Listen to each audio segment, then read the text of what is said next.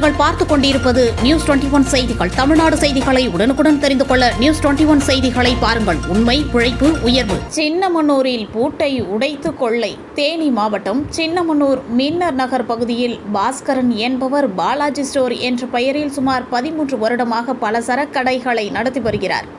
நேற்று இரவு வியாபாரத்தை முடித்துவிட்டு கடையை மூடிவிட்டு சென்றார். இன்று காலை கடை திறப்பதற்காக வந்தபொழுது 2 பூட்டும் உடைக்கப்பட்டிருப்பதை பார்த்து கடையின் உரிமையாளர் உடனே சின்னமனூர் காவல்துறையினரிடம் தகவல் தெரிவிக்கப்பட்டு காவல்துறையினர் சம்பவ இடத்திற்கு விரைந்து வந்து சம்பவ இடத்தை பார்வையிட்டனர்.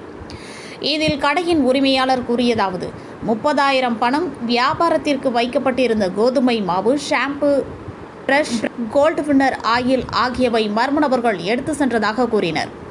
இந்த கொள்ளை சம்பவத்தில் ஈடுபட்ட மர்ம நபர்களை சின்னமனூர் சார்பு ஆய்வாளர் முவேந்திரன் தலைமையில் போலீசார் தேடி வருகின்றனர். உத்தமபாளையம் செய்தியாளர் எஸ். முகமது இஸ்மாயில்.